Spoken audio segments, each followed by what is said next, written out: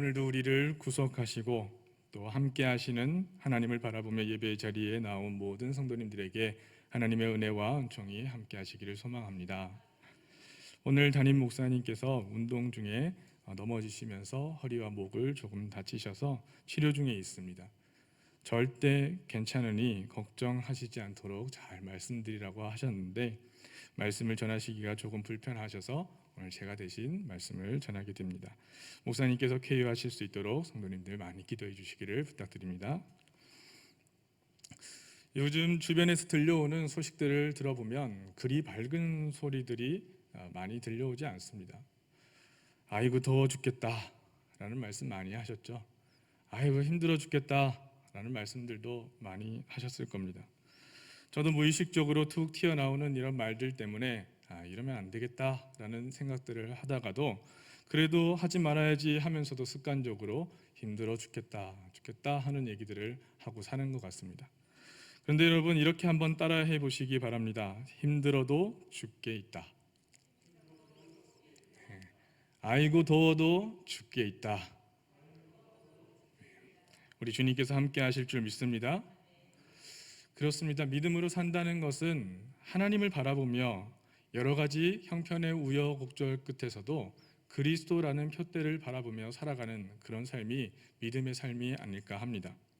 때로는 우리의 삶 가운데 하나님께서 동행하심에도 불구하고 우리는 넘어지기도 하고 또 곁길로 빠지기도 하고 또 실패할 때도 있고 절망할 때도 있지만 그러나 분명한 것은 우리를 향한 하나님의 마음이 그러하시듯이 우리도 또한 하나님을 향하여서 하나님 내가 하나님을 사랑합니다 라고 하는 그 마음을 끊을 수 없음을 고백하며 살아가는 것, 그것이 믿음의 성도들의 삶이 아닐까 하는 생각이 듭니다. 또 살다 보면 마땅히 가야 할 길을 헤매고 이리저리 방황할 때가 있습니다. 운전을 할 때도 그렇지 않습니까? 처음 오는 초행길을 다니다 보면 뱅글뱅글 돌면서 헤매면서 내가 어디로 가나 하는 일들을 경험할 때가 있습니다. 그때에 지혜로운 방법이 무엇인지 아십니까? 지혜로운 사람들은 그 지도를 넓게 펼쳐보고 이 길에서 내가 목표로 하는 도착점까지 어떤 방향으로, 어느 방향으로 가고 있는가 하는 것들을 살펴보면 되는 것입니다. 가는 길은 여러 가지가 있죠. 방법들도 여러 가지가 있을 것입니다. 그런데 중요한 것은 방향이 맞느냐라는 것입니다. 내가 온전히 올바른 방향으로 가고 있느냐 하는 것이 중요하다는 것이죠. 그러니 믿음의 길을 걷는 우리들에게 때로는 힘든 것들이 있고 또 방황할 때가 있다 하더라도 우리의 마음을 하나님 앞에 딱 방향을 설정하고 그 방향대로 살아가다 보면, 그렇게 걸어가면, 순종해 보면 하나님께서 그 길을 인도하신 줄로 믿습니다.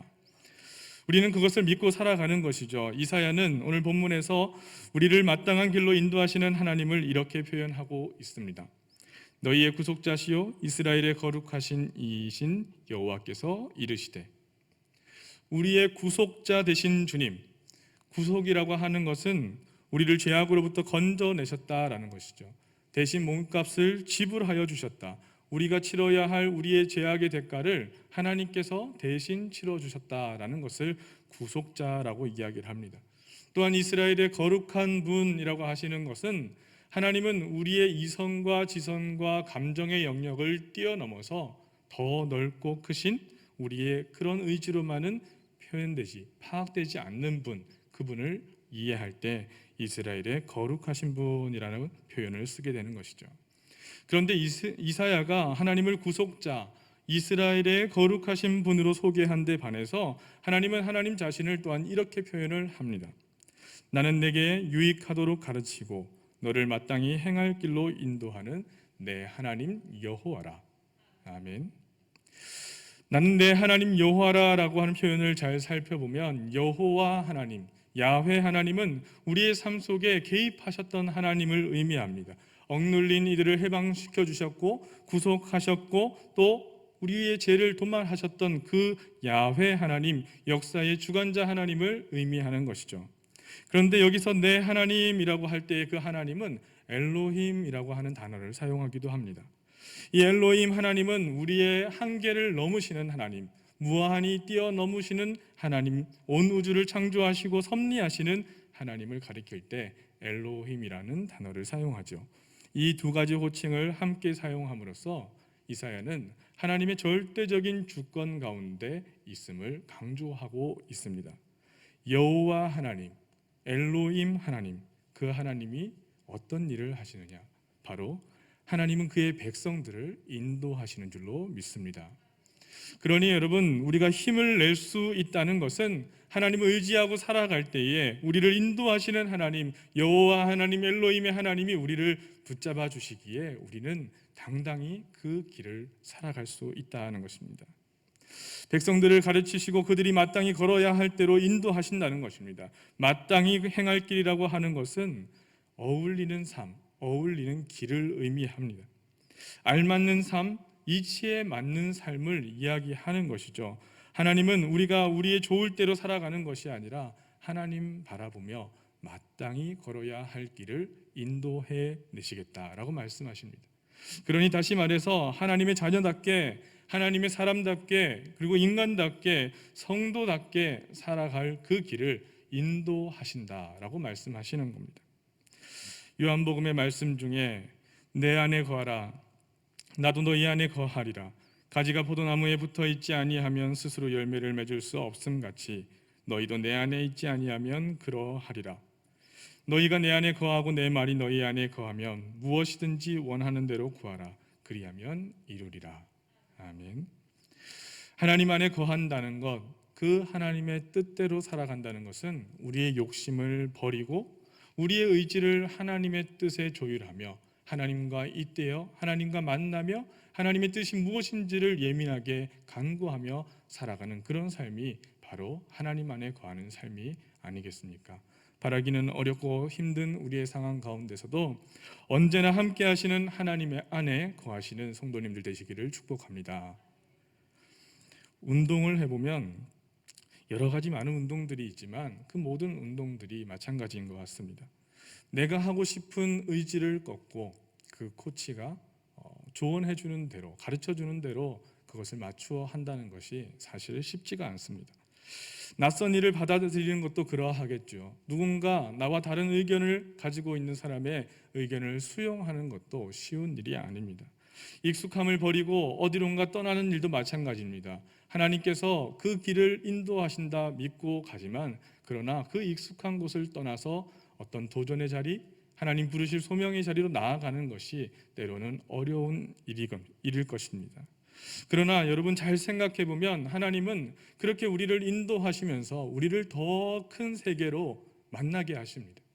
하나님께서 우리를 인도하셔서 불러내셔서 이끄시고 또 인도하시는 그 자리를 열심히 순종해 나가다 보면 우리는 어느덧 하나님이 인도하시는 큰 세계와 만나게 되고 우리의 마음은 점점 더 확장되어져서 하나님이 세워주시는 큰 사람, 그런 마음으로 살아갈 수 있게 되는 것이죠. 사실 우리의 삶을 하나님께 순종하고 따른다고 고백은 하지만 이것이 만만치 않은 일입니다. 생각보다 잘 되지 않습니다. 그래서 하나님께서 택하신 이스라엘 민족도 마찬가지였습니다. 하나님은 오래 참으시고 용서하시고 인내하시고 돌이키시를 간절히 바라는 그런 적이 한두 번이 아니셨지만 그때마다 이스라엘 백성들은 하나님께 등을 돌리고 또 등을 돌리고 잘못을 범하면서 살아오는 것을 우리가 많이 보았습니다. 그런데 여러분, 우리라고 해서 별반 다를 것이 없습니다. 현실에 묻혀서, 상황에 묻혀서 하나님 뜻과 공의의 마음을 본받아 살아가지 못할 때가 얼마나 많았습니까? 오늘 본문 18절 이하의 말씀을 보면 내가 나의 명령에 주의하였더라면 내 평강이 강과 같았겠고 내 공의가 바다 물결 같았을 것이며 내 자손이 모래 같았겠고 내 몸의 소생이 모래알 같아서 그의 이름이 내 앞에서 끊어지지 아니하였겠고 없어지지 아니하였으리라 하셨느니라. 참 이 말이 가슴 아프게 다가옵니다. 하나님께서 주시고자 하는 많은 복들, 평강이 강과 같고 공의가 바다 물결 같고 내 자손이 모래 같고 내 몸의 소생이 모래알 같아서 축복이 끊어지지 않을 것이다 라고 하는 이 말씀은 사실은 그 맨 앞절에 내가 나의 명령에 주의하였더라면, 너희가 나의 말을 잘 붙잡고 들었더라면, 너희가 내 안에 거하고 그렇게 나를 의지하고 나와왔더라면 하는 현실에 그렇지 못함이 드러나는 것이죠. 결국 이스라엘 백성들은 하나님 앞에 그런 늘 부족한 모습들을 고백할 수밖에 없었습니다. 여러분, 우리의 삶도 돌아보면 하나님 말씀에 귀를 기울이고 살아가려고 하는데 나의 욕망대로 살아가지 않기 위해서 노력하지만 세상의 이익을 탐하지 않고 살아가는 것이 때로는 가능할까라는 생각이 듭니다. 온통 자본주의의 세상 가운데서 우리가 믿음을 가지고 살아간다는 것이 가능할까라고 하는 생각이 든다는 것이죠. 여러분, 그러나 이때에 필요한 것이 우리를 인도하시는 하나님의 능력인 줄로 믿습니다. 또한 우리가 그것을 바라보며 살아간다는 것은, 우리가 십자가의 능력을 붙잡고 살아간다는 것은 이 믿음을 지키면서 살아가는 것이 아니겠습니까? 주님이 걸어가신 그 십자가의 길이 때로는 어렵더라도, 때로는 힘이 들더라도, 때로는 다른 사람이 어리석어 보인다고 이야기할지라도 그래도 꾸준히 성실하게 그 길을 완주해내기를 노력하며 성도의 길을 걸어가는 우리의 삶 속에 하나님께서 인도하실 줄 믿습니다. 계속해서 하나님의 뜻과는 반대로 살아가는 이스라엘 백성에게 하나님은 이렇게 말씀하십니다. 너희는 바벨론에서 나와서 갈대아인을 피하고 즐거운 소리로 이를 알게 하여 들려주며 땅 끝까지 반포하여 이르기를 여호와께서 그의 종 야곱을 구속하셨다 하라. 아멘. 여러분, 이 말씀이 우리에게 소망인 줄로 믿습니다. 바벨론 그 포로된 곳에서 고통받으며 살아가는 것이 어쩔 수 없는 일이라고 내버려 두시지 않으시겠다고 말씀하시는 겁니다. 우리의 세상이 어렵고 힘들고 우리의 상황이 잘 되지 않고 또 우리의 형편이 잘 풀리지 않는 것 같은 그 세상에서 살아간다 할지라도 계속해서 그런 상태에 머무르게 하겠다라고 하시는 하나님이 아니시라는 겁니다. 지금 내 형편이 남들과 비교해서 조금 부족하다 할지라도 하나님, 내가 계속적으로 이런 모습으로 살아갈까요? 하나님께서 그 길을 인도하시고 붙들어 주신다라고 약속하셨습니다. 하나님께서는 잠시 동안 포로가 될지언정 영영 그곳에서 살아가는 것이 아니라 하나님이 불러내시고 인도하시고 약속하신 그 땅으로 너희를 인도하여 낸 여호와 하나님을 믿고 살아가라, 그렇게 말씀하신 줄 믿습니다. 성경에서 바벨론은 하나님의 백성들을 사로잡아간 그 땅을 가리킵니다. 그래서 그것을 벗어날 때에 해방이 이루어진다라고 말하죠. 우리도 마찬가지가 아닐까요? 우리에게도 누구나 바벨론과 같은 곳이 있습니다. 우리가 살아가는 세상, 물질 만능주의 속에서, 또 자본주의의 거대한 흐름 속에서 우리는 욕망의 파도 속에서 허우적거리며 서로 간의 욕망이 부딪히며 힘들게 어렵게 살아갈 때가 참 많습니다. 물질 때문에 누군가는 울고 웃고, 또 누군가는 그 격차를 메우지 못해 서로에게 상처를 주고받으며, 누군가는 전능한 것으로 열등감을 심어주기도 하며 마치 다 실패하고 낙오된 것과 같은 패배자의 쓰라림을 안고 살아가도록 하는 그 세상, 바벨론에서 주님께서는 탈출하라, 해방되어라 라고 말씀하십니다. 이 시대의 바벨론에서 너희는 벗어나라 라고 말씀하십니다. 그런 하나님께서 우리에게 즐거운 목소리를 높이라고 말씀하십니다. 여러분, 즐거운 소리를 내며 하나님과 찬양하고 세상과 타협하는 믿음이 아니라 하나님 안에서 기쁨으로 살아가시는 성도님들 되시기를 바랍니다. 세상을 등지고 살아가는 것이 아닙니다. 세상에 숨어서 살아가려고 하는 것도 아닙니다. 오히려 세상의 어둠 속에서 빛의 성도들로 살아가시기를 소망합니다. 겁먹고 연약한 우리들이지만 그 속에 하나님께서 역사하여 주셔서 우리를 빛나게 하실 것이고, 우리를 썩지 않는 소금과 같은 역할을 하게 하시며, 또 우리에게 자유함을 주셔서 하나님을 믿고 살아가는 성도들이 자유롭게 살아가는 그 은혜의 역사를 나타내실 줄로 믿습니다. 고린도전서 15장 말씀에 사망아 너의 승리가 어디 있느냐, 사망아 내가 쏘는 것이 어디 있느냐라는 말씀이 있습니다. 그 사망이 우리를 흔들지 못함을 믿고 살아가야 합니다. 그 사망이, 그 형편이 우리를 짓누르지 못함을, 이길 수 없음을 믿음으로 고백하며 살아가야 합니다. 이 당당한 고백이 그리스도를 통해서 승리를 경험한 우리들의 고백이 되기를 소망합니다. 제가 운동을 좋아해서 하루는 공부를 하다가 공부를 하기 위해 독서실을 가고 있는 길에 어디선가 탁탁탁탁 하는 소리가 나는 것을 들었습니다. 이 리듬과 이 소리는 분명히 탁구공 소리다라는 생각을 했습니다. 탁구공 소리인지를 단번에 알아차렸습니다. 여러분, 무언가에 깊이 빠진다면 그 소리가 들립니다. 그런데 이상하죠? 그 독서실 주변에는 체육시설은 하나도 없었던 것을 제가 잘 알고 있었기에 이상하다라는 생각이 들었습니다. 그런데 어느 날 하루 지나가는데 어떤 분이 가방을 가지고 그 건물로 들어가십니다. 제가 보고 저것은 탁구 가방이다 라고 이야기를 했습니다. 옆에 있던 친구가 저게 탁구 가방인지를 어떻게 알아? 내가 척 보면 알지. 나는 그것을 너무 사랑하니까 한 번에 보면 알아차릴 수 있어 라고 이야기를 했습니다. 아니나 다를까 알고 봤더니 독서실 건물 맞은편에는 2층에서 일하시는 사무실에서 근무하시는 분들이 운동을 하시면서 탁구를 즐기고 계셨던 겁니다.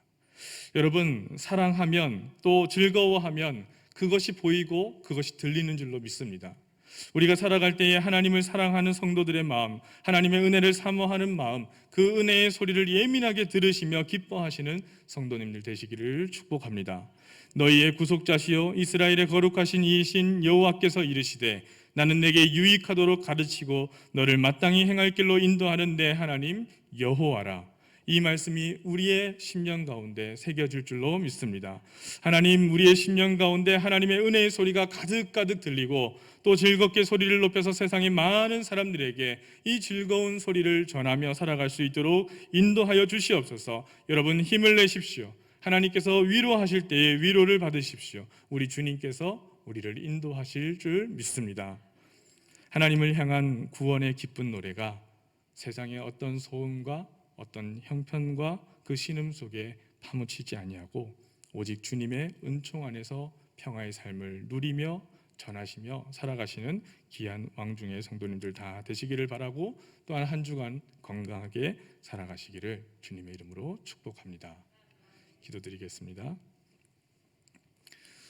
우리의 삶을 예민하게 들으시고 또 만지시고 감찰하시는 하나님 아버지, 요즘 즐거울 것이 없어, 기쁠 것이 없어 신음소리와 또 좌절한 심령의 무거운 마음들을 가지고 살아가는 우리들의 형편을 주님 긍휼히 여겨 주시옵소서.